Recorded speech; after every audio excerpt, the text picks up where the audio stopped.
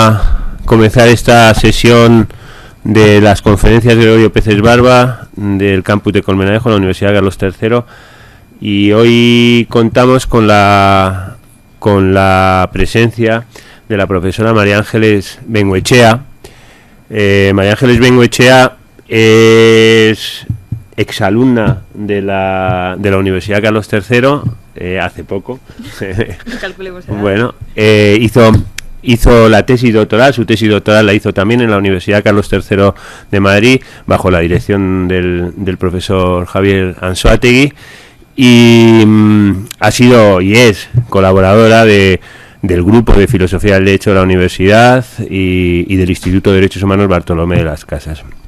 En la actualidad, María Ángeles es profesora de la Universidad Pontificia de Comillas, en ICADE, donde además coordina el máster de acceso a la abogacía de ICADE, y además es tutora académica de las prácticas tanto de grado como de posgrado. Para mí es una gran alegría. Bueno, a María Ángeles pues la conozco desde su época de estudiante, su época de posgrado y como profesora, y como ahora ya que también como responsable de todo esto que os decía en ICADE. Para mí es una satisfacción que ya esté aquí, que esté en este campus, donde yo creo que quizá diste clase aquí en alguna ocasión, y sobre todo en el marco, ¿no?, de estas conferencias Gregorio Peces Barba, ¿no? María Ángeles nos va a hablar sobre la justicia como principio inspirador de la ética y de los profesionales del derecho, y ya sin más agradeciéndote que estés aquí, que aceptases participar en estas séptimas conferencias cuando quieras. Bueno, solo unas palabras.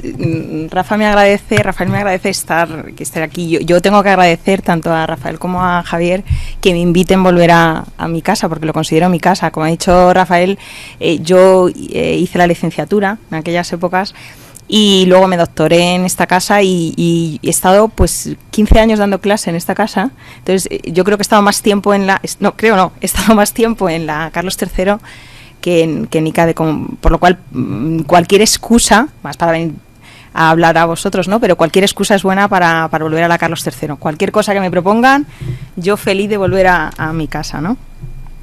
En este caso, si es en el seno de un seminario en honor al profesor Gregorio Peces Barba, ¿no?, que es nuestro maestro, porque yo considero maestro a Gregorio, pero también considero maestro a Rafa y a Javier, con lo cual pues digo, es nuestro maestro. Entonces para mí es bonito volver en este caso a la Carlos III.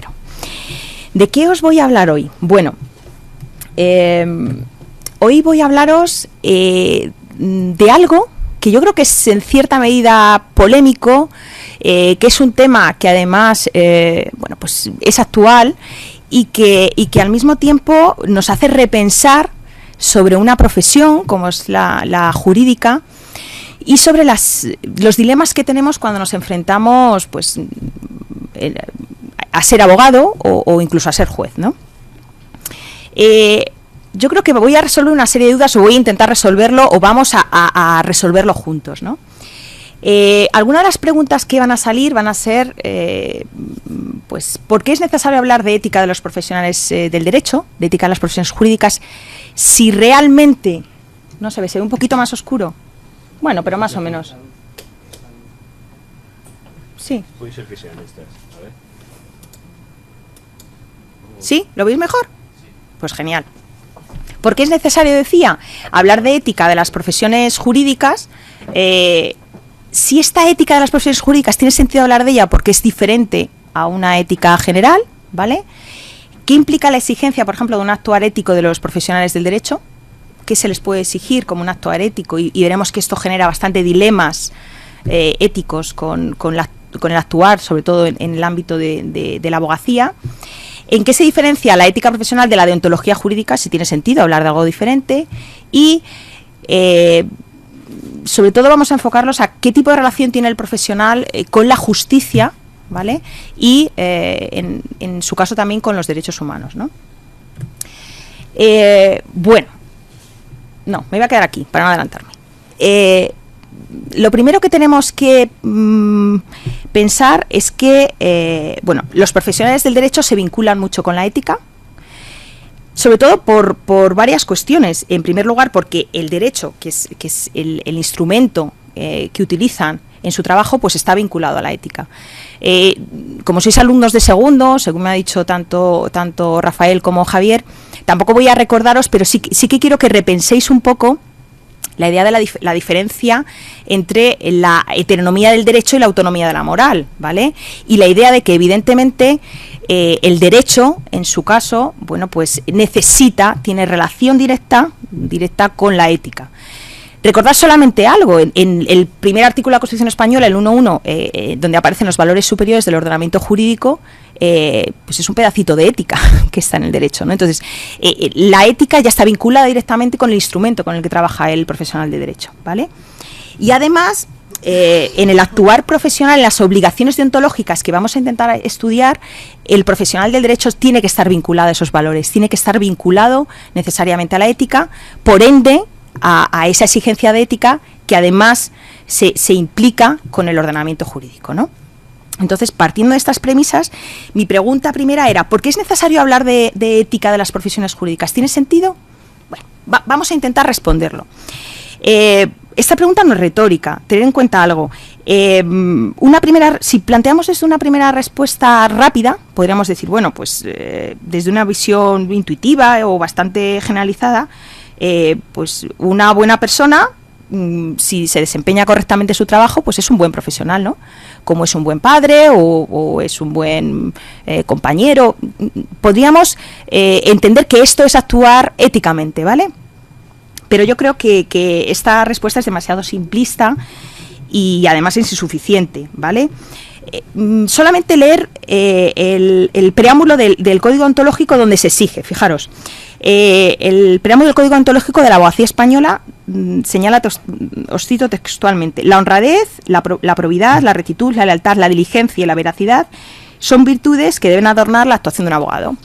Bueno, podríamos quedarnos y decir, bueno, pues es lo mismo, es decir, vale, a priori son, bueno, pues virtudes que se exigen a cualquier buena persona, ¿vale?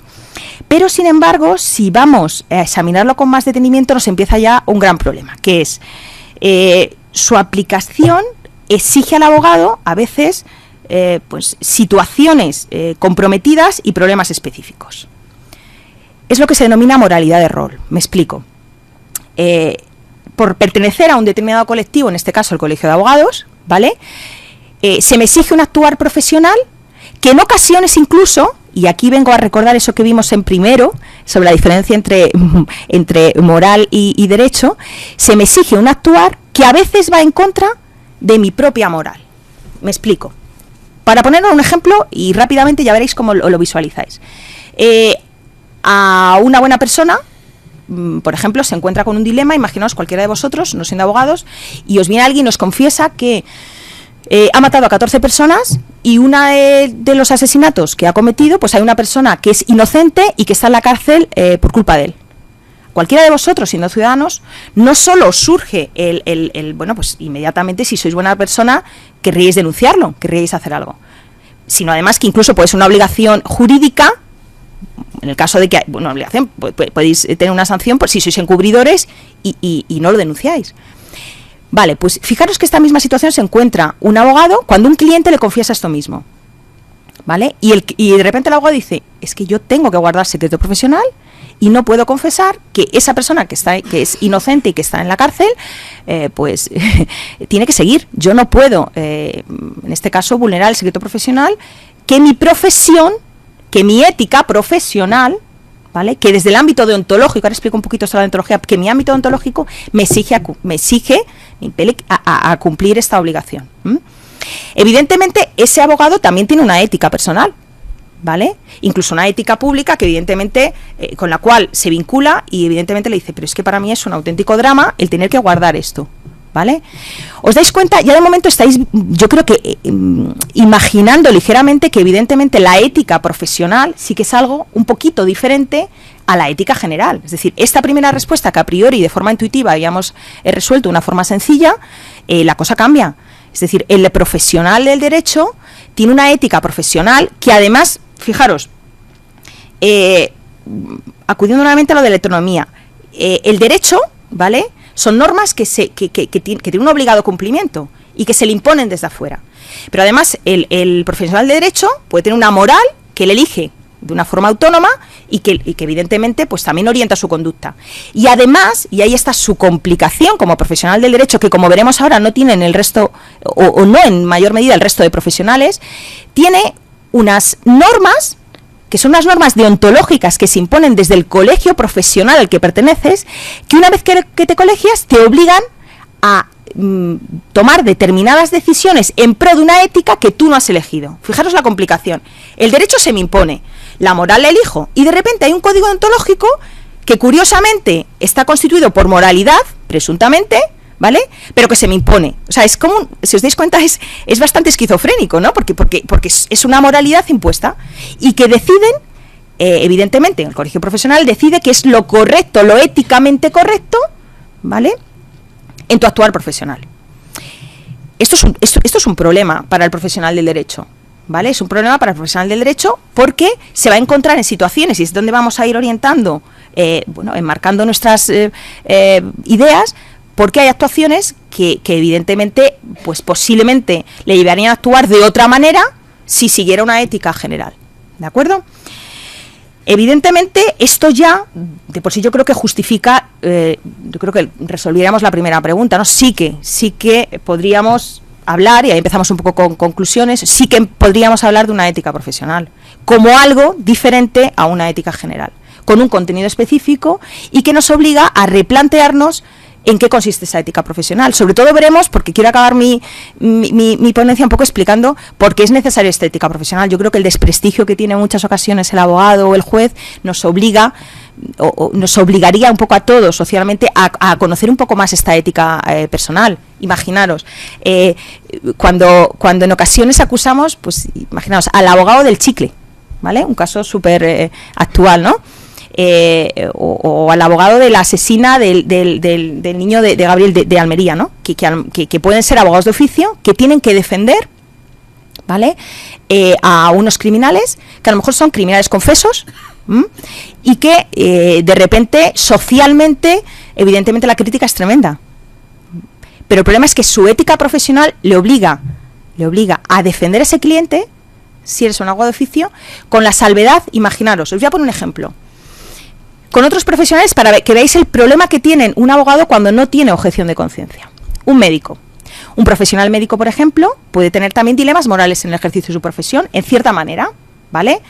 Pero a priori la ética general coincide más con la ética profesional, porque la finalidad suele ser la misma, ¿no? La búsqueda, pues en este caso, de salvar vidas, de la salud pública. Yo creo que van más de la mano. En el caso de que haya un problema, que suele ser el más generalizado, o el más extendido, o el más comúnmente estudiado, es el problema de la interrupción del embarazo. Si en algún momento un médico tiene que interrumpir un embarazo, tiene que provocar un aborto, y no está de acuerdo porque su moral personal choca frontalmente con esa obligación que se le impone, tiene la objeción de conciencia. Tiene una objeción de conciencia, es decir, el Estado, yo creo que también habéis visto un poquito la idea de la objeción de conciencia, el Estado permite una excepción a una obligación, ¿vale?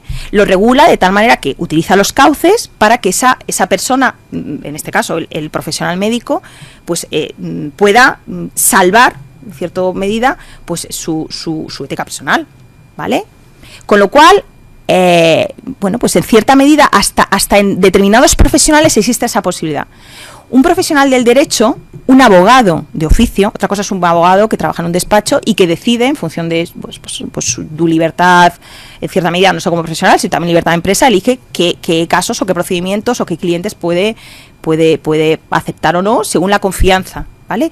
Pero un abogado de oficio tiene que aceptar el caso del chicle, ¿de acuerdo? Y no hay objeción de conciencia, ¿de acuerdo? No hay objeción de conciencia. Y además tiene que hacerlo lo mejor posible, ¿de acuerdo? ¿Por qué? Porque hay una serie de derechos que hay detrás, ¿vale? Entonces hay la presunción de inocencia, ¿vale? Y en este caso todo el mundo tiene derecho a una tutela judicial efectiva, ¿de acuerdo? Entonces son derechos que evidentemente amparan al ciudadano. Y este es algo que veremos, es decir, el profesional de derecho trabaja con el ordenamiento jurídico y defiende el ordenamiento jurídico. Y en ese sentido el dilema ético es importante. porque a pesar de que no te parezca coherente defender a una persona que es un asesino confeso, tienes que hacerlo. Un violador, fijaros, utilizando temas penales, como que es más sencillo visualizar esto, ¿no? Pero yo imagino también el dilema que se puede encontrar alguien, pues ya no solo eso, sino pues que tiene que defender a alguien que, pues en el ámbito laboral, imagino, que de repente, o en el ámbito civil, o en el ámbito mercantil, ¿no? Que de repente, pues quiebra una empresa y se monta una empresa en otro sitio y deja 200 trabajadores en la calle, con las consecuencias que eso conlleva, sin indemnizaciones, pierden su vivienda. Es decir, que hay muchos temas que realmente tocan la moral, y en este caso la reflexión, la ética, que tiene detrás un profesional, ¿no? Esto resulta complicado. Otro ejemplo con otro profesional para que veáis la diferencia, en este caso, con el profesional del derecho, ¿no? Los periodistas. Un periodista, en cierta medida, también es un colectivo profesional, que también tiene una serie de normas deontológicas que se le imponen, pero también en el plano ético resulta más complicado ver dilemas tan fuertes, ¿no? El dilema un poco puede surgir por cuando se ponderan derechos como el derecho a la intimidad o la libertad de expresión, ¿no? Que sabéis que, bueno, que a priori los derechos fundamentales, pues en un momento puede primar uno u otro en función, es muy casuístico, y en función de determinados factores.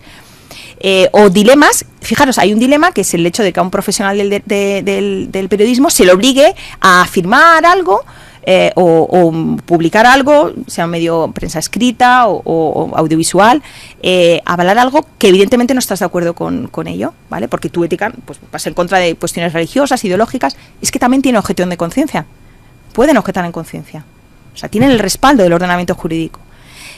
Reitero, el profesional de derecho no lo tiene, ¿vale? Y esto evidentemente yo creo que sí que es cierto que aunque la ética profesional tiene su raíz última en la ética general, hay que distinguir esa ética profesional porque tenemos que explicar el por qué el profesional del derecho tiene que actuar de esa determinada manera, ¿no? Y qué dilemas se encuentra y por qué a veces esos comportamientos, incluso ciertamente sospechosos, cuando no incluso contradictorios con esa moral, pues resulta complicado para un abogado, ¿vale? Y veremos ahora, os explicaré también un poquito la situación que se encuentra también la del juez, ¿no? Que es una situación incluso a veces más difícil en la toma de decisiones y en la conciencia individual que la de un abogado, ¿vale? Pero a esto hay que añadir algo más, fijaros. Ya estamos como en el segundo punto, ya hemos hablado del primero, hemos intentado, estamos como en el segundo, ¿vale? Os he puesto ahí unas breves ideas. Y ¿qué ocurre además con el abogado? Es decir, aparte de que las profesiones del derecho son diferentes al resto de profesiones por el tema de la ética, yo creo que una tercera conclusión o una idea que podemos extraer para entender lo que es la ética de los abogados o la ética del profesional del derecho, que incluye jueces o fiscales, es el hecho de que el abogado se mueve necesariamente en un modelo litigioso de conflicto. Es decir, el abogado, por ende, pues en su caso, tiene que defender a una parte en un proceso litigioso, en un procedimiento de cualquier tipo, ¿vale? Y además tiene que defender a su cliente, ¿vale? Y al ser un abogado de parte, tiene que plantear en el modelo litigioso todo el procedimiento enfocado de tal manera que proteja los derechos y los intereses de su cliente. Este modelo litigioso es muy complicado, en ocasiones lleva a cabo actuaciones que también pueden chocar con la ética general. Me explico. A lo mejor tú sabes perfectamente, porque lo sabes, que tu cliente, que se han presentado pruebas, ¿vale? Hay 20 pruebas en un procedimiento y hay 10 pruebas que a ti te vienen de maravilla, porque esas 10 pruebas te van a permitir defender las posiciones de tu cliente. Pero claro, sabes que hay otras 10. En tu ética general, y esa ética que la que hablamos, que todos somos buenas personas, dirás, caray, es que si miro las otras 10, esto está difícil. O sea, sé que posiblemente mi cliente no enfocaría el caso de esta manera, ¿vale? Pero esta posición la tiene el juez. El juez sí que ve 20, el fiscal sí que ve 20, pero el abogado instrumentaliza el procedimiento, ¿vale? Y además lo maquiavélico es el procedimiento, la institución, pero no el abogado. El abogado tiene que hacerlo así. El abogado tiene que coger las pruebas que mejor convengan a su cliente. Y en este caso, yo le digo a mis alumnos, es como teatro, o sea, tú organizas, en este caso, la defensa a tu cliente y teatralizas lo que a tu cliente le puede venir bien, evidentemente. En un interrogatorio exactamente igual, tú haces dudar de la credibilidad, siempre y cuando evidentemente no se presente. Estamos hablando de un actuar ético, evidentemente que no presentes ni pruebas falsas, ni evidentemente instigues a testigos, ¿vale? Pero sí que puedes presionar a un testigo, hacer dudar de su credibilidad, es decir, todas estas actuaciones que chocan para aquellos que evidentemente no estén cerca de la profesión jurídica, pueden decir, pero bueno, este abogado está actuando de esta manera, y claro, pero es que tiene que actuar de esta manera porque la ética profesional le dice que tiene que defender a su cliente y solo va a basar su argumento en 10 pruebas, no en 20, ¿vale? Será cuestión del juez el que decida si el enfoque es el correcto o no. Ese enfoque en sí, desde el plano de la ética general, chirría un poco, si os dais cuenta. Pero es que tú tienes que defender a tu cliente basándote, en una ética profesional, ¿vale? Entonces, este concepto de procedimiento litigioso también hace dudar mucho, ¿vale? De la figura del abogado, incluso desprestigia en ocasiones, al abogado y a su actuar en el procedimiento, ¿no? Bien, por tanto, es cierto que aunque esta ética de rol, esta ética que se vincula a una institución, al Colegio de Abogados en este caso, ¿no?, y que obliga a un actuar profesional determinado, en realidad, está mediada a través de la institución. El abogado tiene que actuar así porque evidentemente son unas normas que debe cumplir, ¿de acuerdo? Y que en ocasiones a veces le hacen cumplir cuestiones. Ya, fijaros, los ejemplos que he puesto yo creo que es más generalizado y que de cara a la sociedad lo vemos claramente. Vemos pues que evidentemente el actuar profesional, y empezamos a entender un poquito por qué a veces el abogado puede ser tan criticado, ¿no? Y a veces no nos hemos repensado que es que hay algo detrás que le obliga a actuar así. Pero imaginaros, hay ocasiones en que el abogado, por ejemplo, a veces se puede sentir hasta, a veces que lo están grabando, pero a veces se puede sentir hasta tonto o excesivamente bueno, ¿no? Me explico. Imaginaros, un abogado, su cliente de repente decide no volver a trabajar con él, ¿vale? Le ha llevado X procedimientos, le dio una cantidad indecente de dinero y de repente viene un compañero y le pide la venia. Y eso significa que tiene que trasladarle toda la documentación, tienes que trasladarle toda la información que tengas, toda la documentación, le trasladas todo al nuevo abogado, a sabiendas de que posiblemente tu cliente no solo no vuelva a saber, a lo mejor se va a declarar hasta insolvente, ¿vale? Con lo cual va a ser difícil conseguir que te pague, y cuando de repente no te puedes negar, por cuestiones deontológicas no te puedes negar a trasladarlo, no puedes retener absolutamente nada, aunque no te recibas dinero, ¿eh? Por eso digo que a veces es excesivamente bueno. Pero además, por ende, de repente te dice el compañero, pues mira, pedí un aplazamiento de la vista de pasado mañana y oye, que es que me lo han denegado, que es pasado mañana y no me da tiempo a presentar nada. Es que tienes que defenderlo porque todavía, yo no he aceptado el caso, con lo cual te encuentras en una situación en la cual tienes que defender a tu cliente, o ex cliente casi, que no te va a pagar, que lo va a llevar otro compañero, que además estás enfadado seguro, mucho, y lo tienes que hacer porque el código deontológico, las normas, esta moralidad de rol te está obligando a llevar esto y a defenderle, porque el código deontológico dice que si no hay tiempo suficiente para que en este caso el nuevo compañero pueda defender los derechos del cliente, hay que defenderlo a alguien. Y está por encima estos derechos de los que hablábamos, que son la tutela judicial efectiva y el derecho a la presunción de inocencia. Y como están por encima, pues tienes que defenderlo. O sea, imaginaros hasta dónde puede llegar la exigencia de la ética profesional. Actuaciones que van por encima incluso del enfado que puede ocasionar desde tu ética personal. Es que aunque seas buena persona, hay ocasiones en que te exigen ser excesivamente buena persona, ¿vale? Esto es la ética profesional. Si os dais cuenta, yo creo que sí que está justificado, que es algo bastante diferente de la ética general, que en ocasiones choca, como veis, con ella, y que, además todo esto se fundamenta en algo que a veces genera un conflicto. ¿Por qué? Porque a veces la lealtad del abogado en un concepto litigioso nos encontramos que tiene que tener, por un lado, la lealtad al sistema jurídico y a la Administración de Justicia, y por otro, la lealtad a su cliente.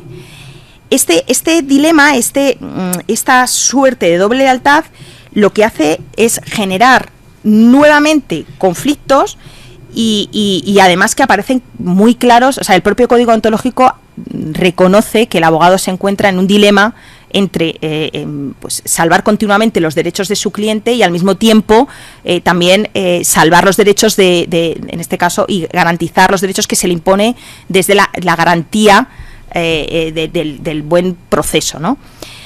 Fijaros, cito nuevamente el Código Ontológico de la Abogacía Española. Señala que el abogado debe satisfacer los inalienables derechos del cliente, pero respetando también la defensa y consolidación de los valores superiores en los que sustenta la sociedad. O sea, todavía mucho más problemático. El Código Europeo de la Abogacía de la Unión Europea es más explícito y dice textualmente en el punto 1.1 que la función del abogado impone múltiples obligaciones y deberes legales y éticos que en ocasiones son contradictorios. O sea, reconoce que hay contradicciones en la profesión de abogado, pero que las tenemos que salvar, ¿vale?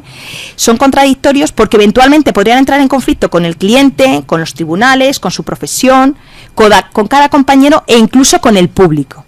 Incluso socialmente hay conflictos, ¿no? Por esta visión del abogado distorsionada, ¿de acuerdo? Claro, una vez que hemos centrado el tema y nos vemos y hemos intentado visualizar los problemas con los que se encuentra un profesional de derecho, en concreto un abogado, vemos que todas estas contradicciones se justifican en pro de la justicia. Me explico. Fijaros, el Estatuto General de la Abogacía Española cita textualmente que, el abogado es partícipe de la función pública en la Administración de Justicia, tiene que cooperar a ella, ¿vale? Y, en este caso, tiene que tutelar los intereses porque es el fin supremo último es la justicia. Volvemos al Código Ontológico. Dice que el abogado es elemento imprescindible para la realización de la justicia. Añade más, pero en el preámbulo viene a decir incluso que por ello hoy el abogado precisa más que nunca de unas normas de comportamiento que satisfagan los inalienables derechos del cliente. Es decir, el abogado, en este caso, su ética profesional está orientada a la justicia como fin supremo, ¿vale? De tal manera que vemos un código ontológico. Si alguna vez tenéis que ejercer la abogacía, veréis que tenéis en la mano un código ontológico plagado de deberes y con muy poquitos derechos, ¿vale? Como mucho la independencia, ¿vale? La autonomía, poco más. Es decir, y todo ello es porque la justicia es el fin último, ¿de acuerdo? En este caso nos encontramos con que yo creo que podemos afirmar sin exageración ninguna que la justicia y por ende los derechos humanos se convierten en la referencia de la actuación profesional de los juristas en su doble vertiente. La primera vertiente, como defensores y garantes activos en su práctica profesional de los derechos humanos, y al mismo tiempo como destinatarios cumplidores de la justicia. Evidentemente, los juristas no pierden de vista los derechos humanos. El actuar profesional, los derechos humanos se entrecruzan y se vertebran en una cadena constante de aplicación, ¿vale? Podemos recordar aquí brevemente la diferencia entre titularidad, ejercicio y garantía, ¿vale? De tal manera que podemos ser titular de unos derechos, ¿vale? Eso será, evidentemente, eso está directamente vinculado al individuo, por lo tanto, yo no puedo perder nunca la titularidad de un derecho. Puedo ejercer o no un derecho, ¿vale? Imaginaros que yo soy titular del derecho a la asociación. Evidentemente jamás me asocio porque me aburren las asociaciones. Imaginaros, no ejerzo nunca el derecho a asociación, ¿vale? Pero a priori lo tengo garantizado. Si quiero en algún momento ejercerlo o no. La titularidad es algo inherente al individuo, no lo voy a perder nunca, aunque nunca ejerza ese derecho. ¿Cuándo se me complica un poco más la existencia? Evidentemente, ya lo habréis visto con los derechos sociales, porque puedo ser titular del derecho por ejemplo, del derecho al trabajo. El ejercicio me puede resultar sumamente complicado y evidentemente tengo que acudir al Estado para que me lo garantice. Me encuentro con que esa garantía no está, con lo cual esto es un poco más complicado, ¿no? En el plano de la garantía es donde situaríamos en todo caso al abogado, ¿de acuerdo? Es decir, el abogado aplica los derechos. Su función última es garantizar esos derechos, ¿de acuerdo? Garantizar el ejercicio de ese derecho. Entonces, de esta manera, el abogado actúa, pues, elaborando el derecho, interpretando el derecho, asesorando en el derecho y defendiendo y aplicando el derecho. Es decir, son funciones que directamente se aplican a un profesional del derecho, ¿vale? Fijaros lo importante que es la articulación. Hemos partido del código ontológico, que visualiza, en su caso, al profesional del derecho como defensor y garante de los derechos humanos, ¿vale? En segundo lugar, lo vemos como destinatarios y cumplidores de la justicia, ¿vale? Y además, esto hay que lo explicaremos ahora, pero además el cumplimiento de su profesión, estos derechos y la búsqueda de la justicia son herramientas, son su lex artis, ¿vale? De tal manera que esta visión también genera una interacción. ¿Una interacción entre quién? Pues entre la Administración de Justicia, entre los profesionales del derecho y los ciudadanos, ¿vale? Aquí podríamos acudir a ver que estos tres personajes deriva en una autolegislación, ¿no? Si acudiríamos a Habermas, diríamos que bueno, que a su vez son autores de sus propios derechos, ¿no? Y esta vinculación o esta trilogía, esta interacción entre la Administración de Justicia, los ciudadanos y en su caso los profesionales del derecho, lo que da es también fuerza y un discurso racional al derecho, ¿vale? Porque también son creadores a su vez del derecho. Y evidentemente lo que hace es también desvirtuar el carácter individual de los derechos, porque necesitan también esta participación del profesional del derecho y de la Administración de Justicia, ¿vale? En esta interacción hemos dicho que está, vistas estas tres conclusiones más o menos, ¿vale? De cómo enfocaríamos el estudio del profesional del derecho en su actuar ético, que implica, hemos dicho, defensores y garantes de los derechos, destinatarios y cumplidores de la justicia, y utilizar los derechos como lex artis. Avanzo un poquito más, porque hemos dicho, aquí ya he integrado, como veis, he dejado un poquito, no sé si claro, pero sí os he dejado bastantes interrogantes, que es lo que pretendo, sobre la profesión del abogado. Pues pasamos ahora a la figura del juez, porque he estado continuamente citando a la Administración de Justicia, a la institución, y el juez, además, se encuentra con todos esos problemas éticos que en cierta manera se puede encontrar un abogado, porque pues su ética profesional puede chocar con una ética general, ¿vale? Y que su ética personal puede chocar con una ética profesional. Y además nos encontramos con que, bueno, pues evidentemente la figura del juez, yo creo que ya ha sobrepasado la visión tradicional de Montesquieu de que el juez es la boca muda que pronuncia las palabras de la ley y demás. Yo creo que hemos pasado del positivismo o de la visión positivista del juez como un juez aplicador, digo ahí, ¿vale? Donde además la independencia se veía, porque hay dos factores que vamos a analizar que yo creo que dan contenido a esa ética del juez, a mayores de lo que hemos explicado sobre la ética de los profesores del derecho en general, ¿no?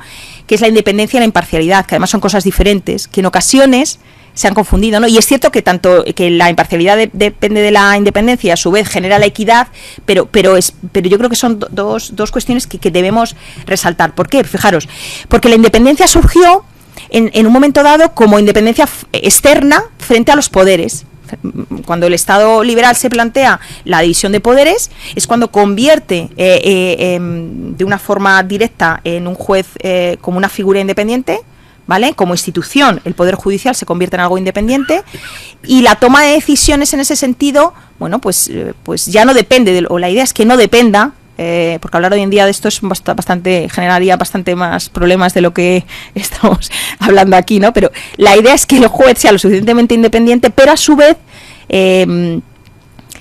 con el Estado social, yo creo que esta independencia también se ha depurado, fijaros, porque en realidad el juez, de esa independencia que lo que hacía era dividir un poco con diferentes facetas el poder, el juez también genera un cierto poder político, aunque es un poder político más pasivo, de decir una manera, ¿no? Pero sí que es cierto que interviene en las relaciones sociales, porque toma decisiones sociales, en alcance hasta el punto de vista, por ejemplo, de los derechos sociales, toma decisiones en cierta medida económicas, ¿vale? Toma decisiones políticas, lo estamos viendo, ¿vale? Con cualquier problema, en este caso político que surge. Este tipo de independencia que en un momento dado se había visualizado desde un punto de vista positivista, que después es cierto que bueno, pues se ha complicado, y lo que ha añadido, bueno, yo no creo que se haya complicado, no voy a utilizar ese calificativo. Yo creo que ha enriquecido, me parece más apropiado esto, que ha enriquecido la figura del juez, porque le ha convertido en un juez intérprete de las normas, ¿vale? Y todos sabemos que el Tribunal Constitucional, por ejemplo, se visualiza como legislador negativo, ¿no? Decide lo que está o no en el ordenamiento. Es un juez intérprete absolutamente, ¿de acuerdo? Y en este caso, pues es una forma de legislar también. Pues la figura del juez, no quiero visualizarlo solo en el Constitucional, de un juez de tribunales de primera instancia, por ejemplo, pues a lo mejor no tienen ese poder, pero sí que es cierto que a medida que vamos subiendo distancias, sí que hay cada vez en mayor medida ese juez intérprete, que además, bueno, pues se encuentra en esa independencia con determinados dilemas. ¿Por qué dilemas? Pues porque se encuentra otra vez con la figura que hemos visto de la heteronomía del derecho y la autonomía de la moral. Se encuentra con que tiene que decidir con una norma que se le impone externamente, ¿vale? Y además esa independencia que ha sido, pues yo creo que, pues en su caso, acrecentada por el positivismo, pues actualmente se le convierte al juez también, necesita también buscar una independencia interna, porque tiene una conciencia ahí que tiene que debatir. Y ese es el problema que hay en la independencia. O sea, la independencia externa parece que está salvada con la división de poderes, pero él necesita buscar también su independencia interna, o sea, la conciencia para resolver. Decíamos antes que el abogado se encontraba con 20 pruebas y cogía 10 para orientar la defensa de su cliente de una forma absolutamente coherente, y ahora nos encontramos con que el juez tiene esas 20 pruebas, ¿vale? Y tiene que, bueno, pues establecer una decisión, y eso implica, pues, un repensar. Y en la toma de decisiones implica una responsabilidad importante, ¿vale?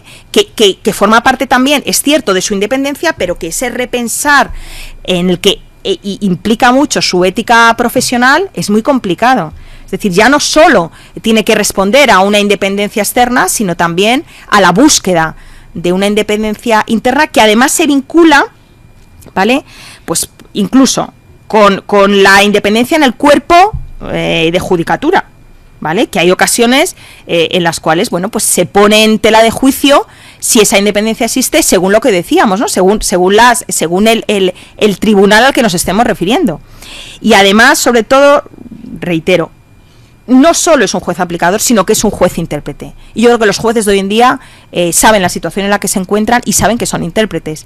Y esa capacidad, en su caso, de interpretar la norma y de crear, en su caso, en ocasiones, normas, pues le obliga a repensar bastante en el ámbito de hasta qué punto soy independiente en la toma de decisiones, sino que tengo que acudir a una ética profesional que me exige un actuar más allá de la heteronomía que se me impone desde el ordenamiento jurídico de la norma, ¿vale?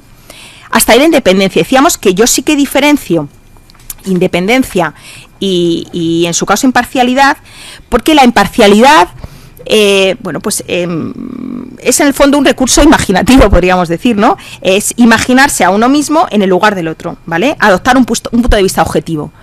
Y eso sí que es diferente, es bastante diferente de la independencia que se exige como profesional, ¿vale? En este caso se exige más objetividad que un repensar en el ámbito de la ética, podríamos decir, profesional, ¿no?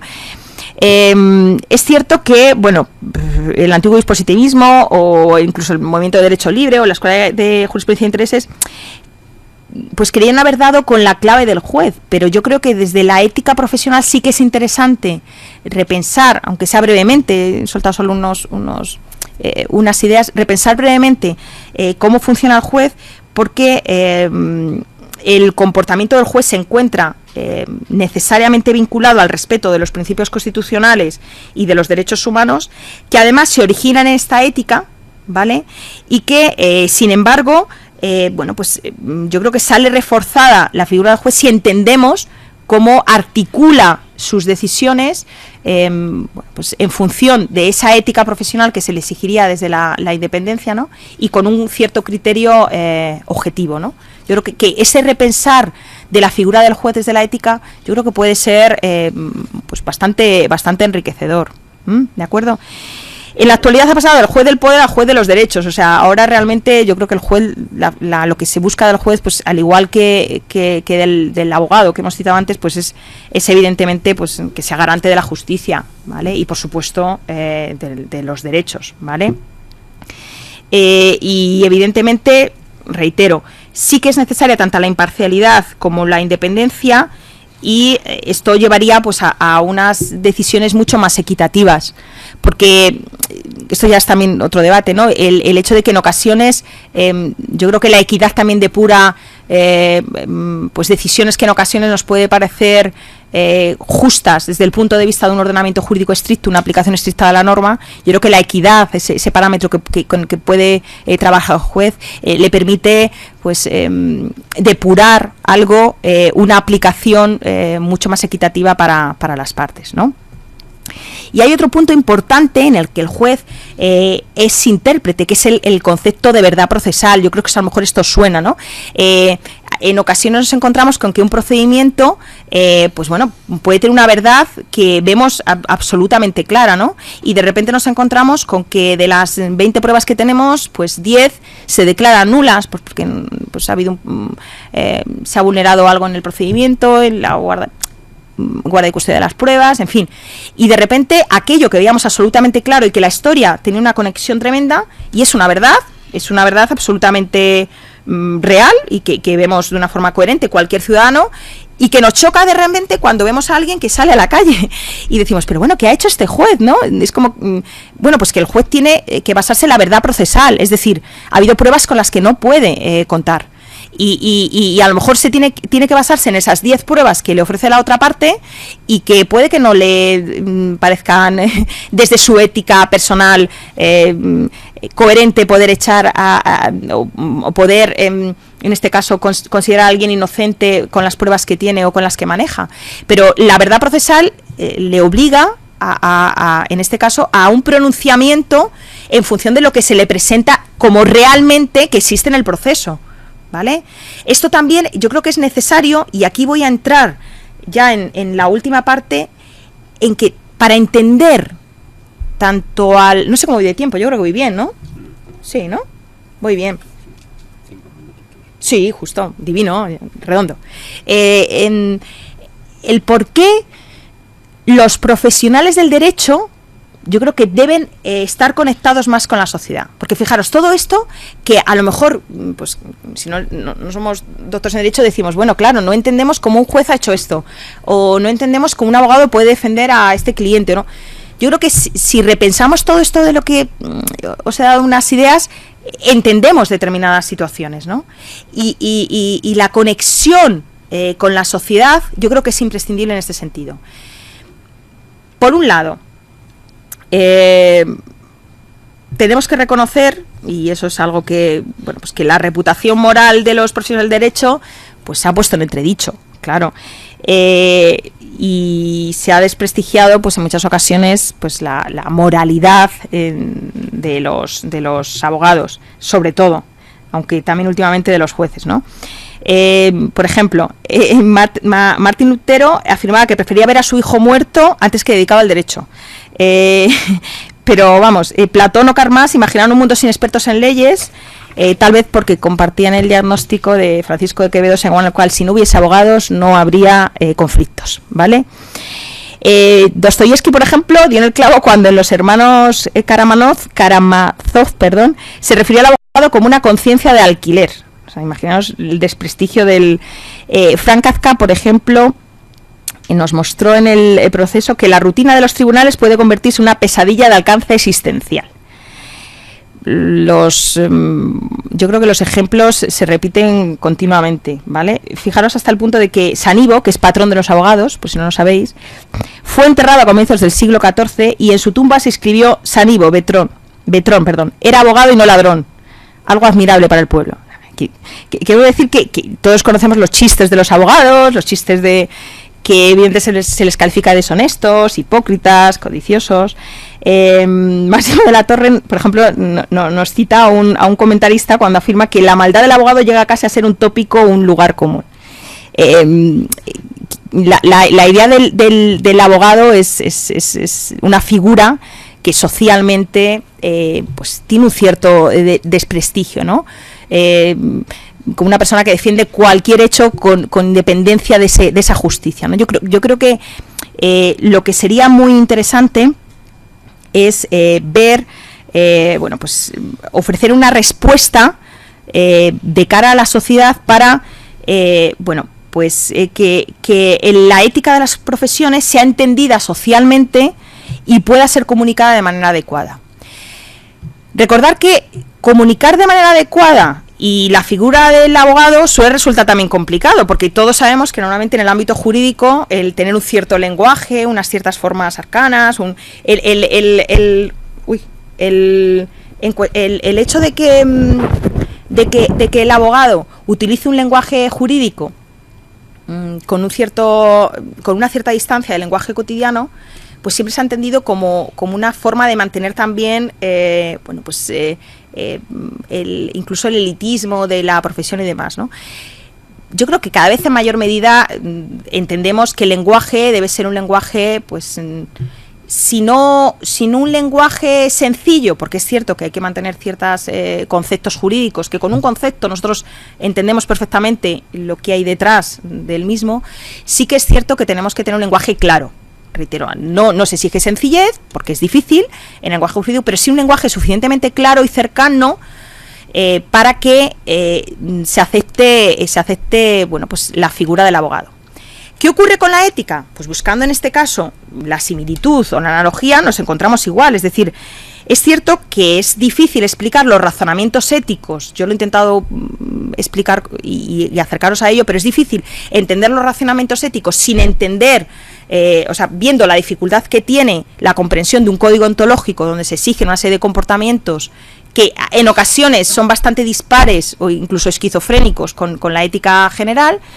Pero yo creo que la deontología, o en este caso la ética profesional, no busca que los juristas se justifiquen a sí mismos entre ellos, sino que deberían justificarse frente a la sociedad, de tal manera que lo que debería hacerse, pues no es, por ejemplo, que un abogado explique cómo se hace una fusión de sociedades a un cliente que a lo mejor no lo va a entender, pero sí puede entender el cliente cómo debería actuar éticamente en el caso de que tenga que llevar a cabo una actuación en una fusión de sociedades. Y explicarle, pues mira, esto no se puede hacer de cara al cliente porque hay un respeto, porque hay una competencia desleal.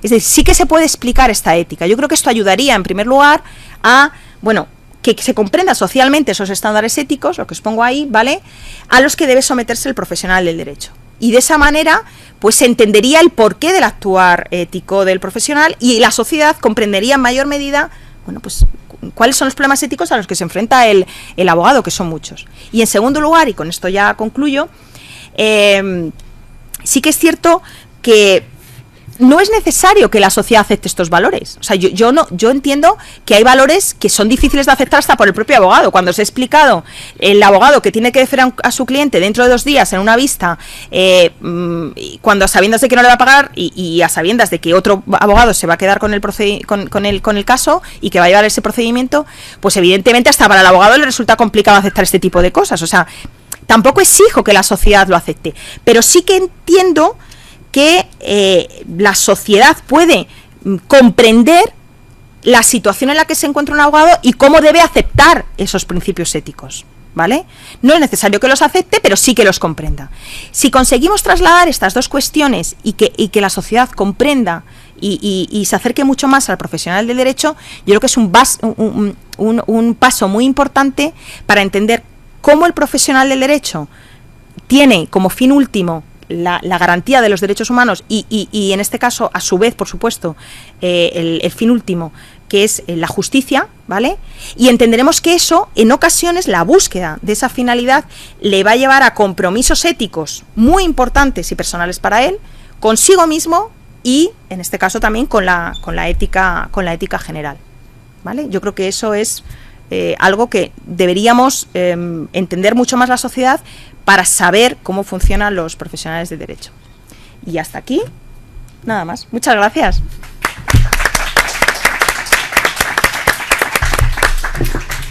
Muchas gracias, María Ángeles. Tenemos 15 minutos, una cosa así, para preguntas. No sé quién... que hay que hacerlas con el micrófono. ¿Sí? ¿Vas tú? Yo sí.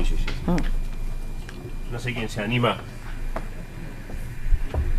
Os animo a que me preguntéis lo que queráis. Ponerme hasta en compromisos éticos. No y dilemas éticos. Acepto hasta dilemas éticos. Pero no se animáis nadie, pues... Eso es que ha quedado todo muy claro. Esto va. Bueno, no, yo en primer lugar decir que estoy muy contento de volver a ver a María Ángeles después de tantísimo tiempo y de verla en la Carlos III, aunque sigo directa o indirectamente su vida y estoy informado de sus avatares. Bueno, dos no son preguntas, son comentarios o son reflexiones en relación con algunas de las cosas que nos has dicho. Claro, yo creo que, y eso tú lo has hecho, yo creo que es muy importante diferenciar entre lo que podríamos denominar subéticas jurídicas, es decir, sí, está muy bien el discurso de las profesiones jurídicas genéricamente considerado, pero luego hay operadores jurídicos muy diferentes y cuya moralidad de rol, utilizando tu terminología, es diferente. Tiene muchos puntos diferentes.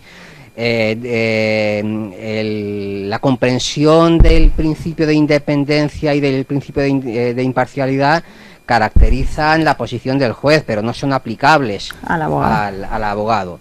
Y en ese sentido yo creo que cabe también otra interpretación del principio de independencia paralela o complementaria de la que tú has la que nos has explicado, y es que en realidad el principio de independencia del juez no es independencia respecto a algo, es exclusiva dependencia respecto al derecho. Es decir, la independencia del juez no es independencia respecto al derecho, por supuesto, sino que implica que el juez solo es dependiente del derecho. Es decir, la independencia del derecho en este sentido sería la aplicación del imperio de la ley, del imperio del derecho, claro, al ejercicio de la función jurisdiccional. Y claro, ahí el dilema que se le plantea al juez es un dilema, no tanto un dilema moral, que también un dilema moral en el sentido clásico, sino un dilema en relación con las posibilidades interpretativas y las exigencias argumentativas que le plantea el derecho. ¿Por qué? Porque ese juez intérprete del que tú has hablado es un juez que se enfrenta, que se las tiene que ver con un derecho abstracto, con normas en blanco, con valores, con principios, con enunciados morales, y el dilema es aquel en el que se encuentra cuando tiene que elegir o cuando tiene que determinar cuál es la posibilidad interpretativa más adecuada. Y en segundo lugar, cuando tú has hablado al final, de la moralidad de los abogados, de la mala prensa de los abogados, bueno, en un determinado momento has introducido en el mismo saco a los jueces. Yo creo que hay determinadas circunstancias históricas, véase lo que está ocurriendo ahora mismo en España, en donde los jueces nos están sacando las castañas del fuego y están haciendo, no diré que están sustituyendo, pero están llevando a cabo un papel muy relevante como consecuencia de las cosas, de la inacción de los otros poderes del Estado, del Ejecutivo y del Legislativo. Pero más allá de la retórica o de las citas literarias, yo creo que yo me preguntaba cuando te oía, bueno, bien, ¿qué es lo que distingue a los abogados de otras profesiones? Porque de la misma manera que hay malos abogados o abogados inmorales, quiero sospechar que habrá fontaneros inmorales, cirujanos inmorales, arquitectos inmorales y mucha gente inmoral. Por lo tanto, ¿qué es lo que distingue? Pues fíjate, yo creo que lo que distingue es que hay una muy errónea comprensión social de lo que supone el derecho a la defensa y la presunción de inocencia. Es decir, desde el momento en que no hay una pedagogía social en relación con las exigencias de esos dos postulados, derecho a la defensa y presunción de inocencia, la conclusión es que el abogado es un colaborador del malo. Sí. Pero si hubiera una mayor pedagogía en relación con el significado de estos dos derechos o de estos dos principios, posiblemente se entendería mucho mejor lo que hace el abogado. Sí, sí. Eso es lo que yo quería decir y te felicito por tu intervención. Gracias, Javier. Lo pasamos. ¿Contesto? Sí, sí. ¿Sí? Vale, pues fijaros. Cuando me hablas de las críticas de abogados y jueces, yo por eso quería hacer una pequeña alusión al juez, aunque fuera breve, porque me parecía interesante esa otra visión y que no metiéramos en el saco, me parece vital, ¿no? A todas las profesiones jurídicas.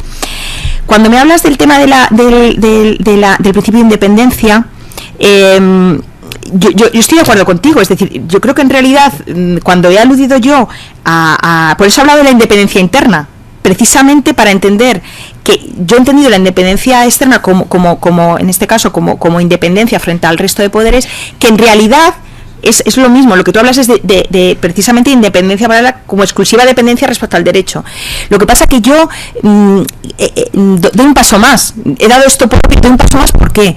Porque creo que el juez aplicador que decía el que únicamente es un positivista estricto que aplica la ley, yo creo que me hace falta más, y ese más lo encuentro en este concepto de independencia interna, ¿vale? Porque evidentemente en la independencia externa se me agota o bien la visión más generalista de división de poderes, o mucho más especialista en el ámbito de que dentro de la división de poderes tengo que aplicar el imperio de la ley, pero yendo a esta independencia interna, pues me obliga a esa exigencia interpretativa, es decir, a que yo repiense en la conciencia cómo interpreto esto, y ese repensar es lo que tú estás diciendo. O sea, hay unas exigencias, unos argumentos que yo tengo que utilizar, y que además no me vale exactamente lo que me diga la ley, porque ahí estoy dando un paso más, estoy creando. Entonces yo creo que con esto de la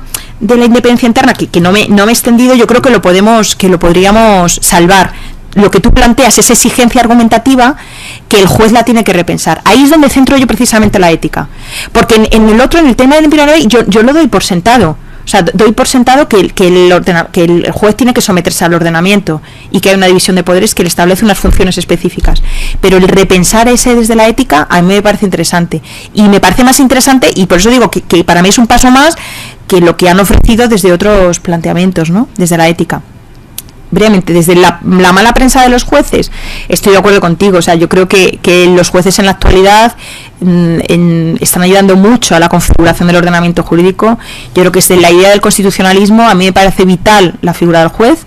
El hecho de que el juez sea el que interprete principios y valores a mí me parece vital, porque es que tenemos que ir al origen. O sea, no nos queda más remedio que en la actualidad acudir a la Constitución, y yo creo que ahí la figura del juez en este caso, y los argumentos y la interpretación del juez, es vital. Cuando tú me hablas de qué es lo que distingue al mal abogado, precisamente por eso en el último punto, claro, he intentado decir, vamos, con toda mi ilusión, que yo creo que lo más importante es conocer las profesiones jurídicas desde la ética, porque de esa manera entenderemos lo que tú dices. ¿Por qué como abogado tengo que en ocasiones guardar mi ética personal y basar una ética profesional? ¿Por qué? En pro en este caso, de la tutela judicial efectiva, el derecho y de una presunción de inocencia. Como están estos dos derechos, evidentemente yo tengo que pensar que tengo que defender a mi cliente de la mejor manera posible, esté o no de acuerdo, evidentemente, con lo que él me argumenta y, en mi caso, incluso con mi ética personal o con la ética general. Por eso me interesa en que la sociedad conozca cómo funciona la ética. En tu caso me has dicho que conozcan cómo funciona el derecho a defensa y que conozcan la presunción de inocencia. Yo creo que si conocieran por qué un abogado tiene que someterse a estos dos, en este caso al paradigma de la justicia, porque tienen que defender o son un instrumento para que estos dos derechos sean realmente garantizados, entenderíamos perfectamente, o sea, que estamos en la misma línea. Si explicamos esos derechos, explicamos la ética del profesional y entenderíamos por qué el profesional actúa de esa determinada manera, porque tiene que garantizar esos derechos y es el garante de esos derechos. Entonces, yo no puedo dejar, el abogado del chicle no puede decir que no puede defender al chicle o no puede defender a un violador o un asesino, pues porque tengo que garantizar su presunción de inocencia, a pesar de que sea confeso, pero más tengo que garantizar en mayor medida pues un derecho a la tutela judicial efectiva, su derecho a la defensa. Entonces, sí, totalmente de acuerdo en ese sentido. Sí, hay una pregunta por ahí detrás.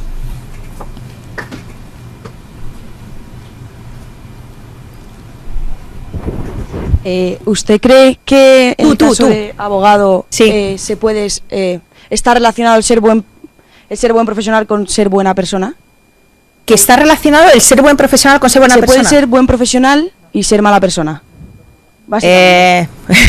Pues por desgracia te tendría que responder, aunque me da pena responderte esto, yo creo que se puede ser un buen abogado y ser una mala persona.